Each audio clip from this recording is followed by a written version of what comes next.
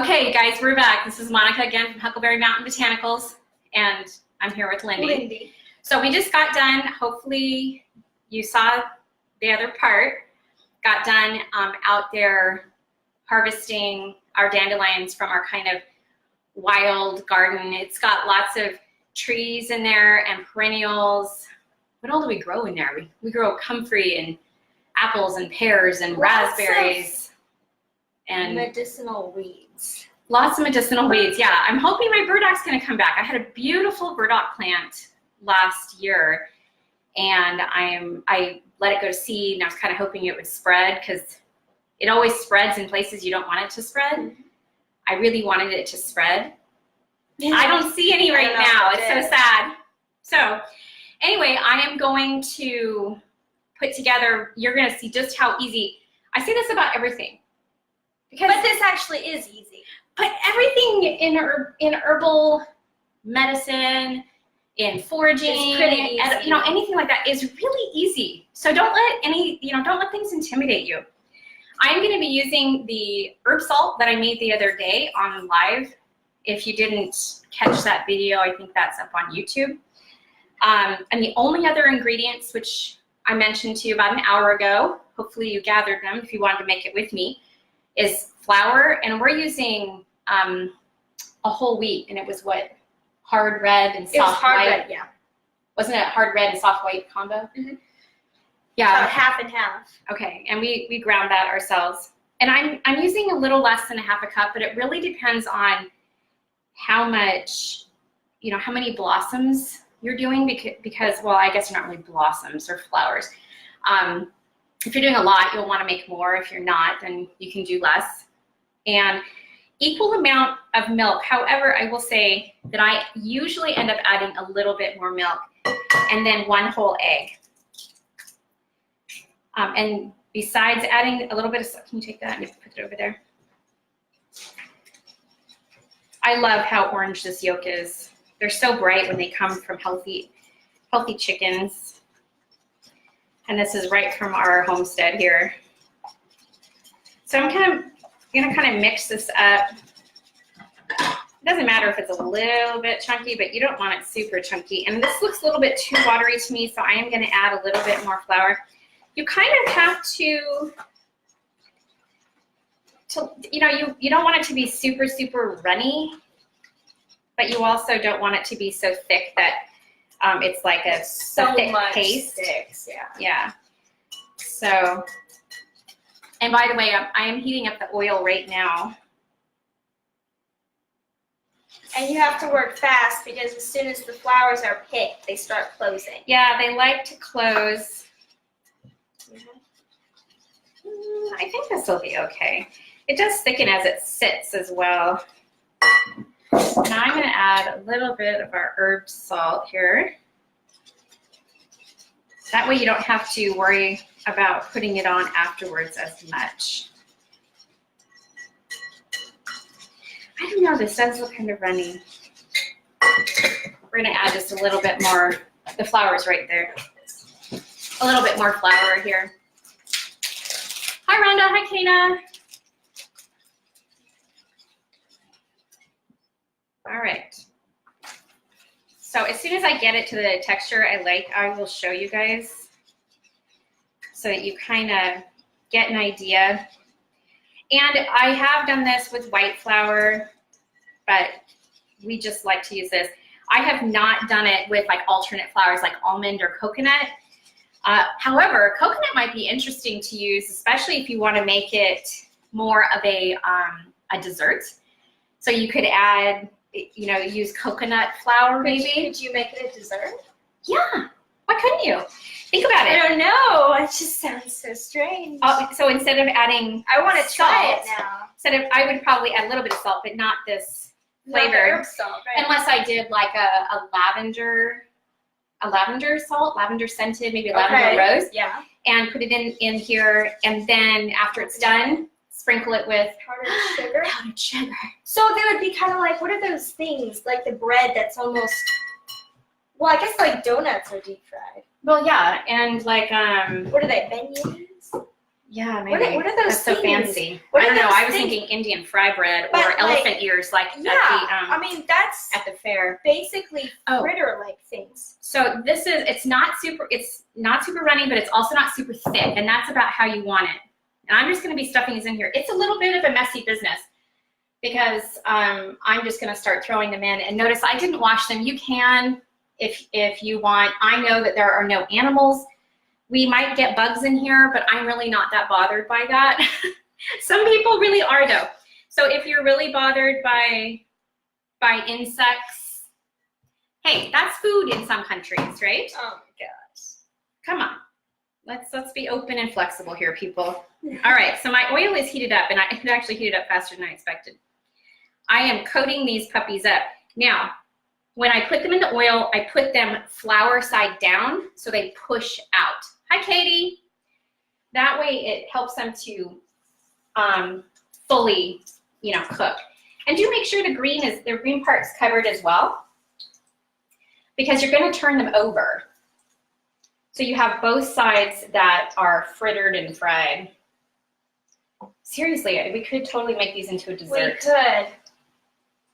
Yeah. It would kind of well, And we could use coconut flour for people who are like, can't do wheat. The one thing I would be careful with coconut flour is that it is very absorbable. You need very, very little coconut flour to equal, whole wheat flour. Yeah. Because it absorbs a lot of liquid. So you would just start out with less and just let it sit for a bit before you added more. Because as time goes, it just gets thicker and thicker and thicker. But I think that would make a really nice flavor. And you could even cook it in coconut oil instead of olive oil and have a nice coconutty dandelion fritter dessert. Yeah. I think we should. It would be a little different with the bitterness of the receptacle, though, or whatever that's called. Yeah, it's called the receptacle. I learned that in herb school. Yeah. Very about botanicals. I mean, yeah. Very botanicals. It might be a little different, but I don't know that it would be bad. No, we should try it. Yeah, I think we should do it on Saturday with the herbal students. All right, so the other thing that I wanted to just show you that you could do, because I'm only going to make one batch here, thank you, of fritters, because I've been making these now, like we had them yesterday. Snack time, it is snack time. And we made them a few days ago too. It's a lot of fritters around here. Yeah. And when people are asking like, how do you make it? Which recipe? I decided, we'll do it on live. I'm going to take the rest of these flours and I'm going to make a tea. I'm just going to throw them in here. And this tea will help with digestion. It'll get things moving along in the gut and in your intestines, and especially if someone's dealing with constipation or slow motility, this will really help. You can add lemon or honey or lime to it, whatever flavors you want, if you feel like you need to. And just put hot water on this and let it sit for, an hour or so, and then strain it and you have a really nice drinkable tea. And you could even freeze the cubes so you have them at any time if you just want to drop it into some water and you have dandelion tea ready to go. We have so many herbal ice cubes in our freezer right now. It's crazy. I know, we just keep collecting more and more. I like the metal tongs. I want the metal tongs. So I'm going to be turning these things over soon. I kind of turned it down and I wish I hadn't. You want to keep it at about medium heat while you're cooking it. It's just that it was so hot that I was afraid it was going to start smoking, and I didn't want to put the fan on because it's so loud. And I think that water is almost hot, isn't it?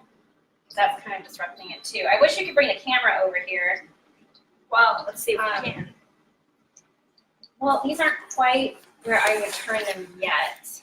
All right. There we go. But if you're not, so can you see this color here? Where's the camera? Okay, that's almost to the point where I would turn it over. So I'm gonna let these sit a little bit longer. And when I turn it over, I end up pushing them down slightly so that that receptacle part, the green part, sinks down and everything sort of flattens out. So it makes it more like a pancake so that you can get that even cooking. Otherwise, you've got one side of the green that is cooked and one side that isn't, which, is not enjoyable. So I'm going to slowly start turning these over. I don't know if you guys have this problem, but it doesn't matter what pan I use. I know that they say cast iron is like even heating. I always have one side that cooks faster than the other side. Is that just me, or does everybody else have that problem too? So we need to cover this, let it sit. Yeah. So she's got we could just put a lid on it or whatever, but it doesn't have to be covered because there really are no essential oils in there, but it keeps the flies and insects out of your tea.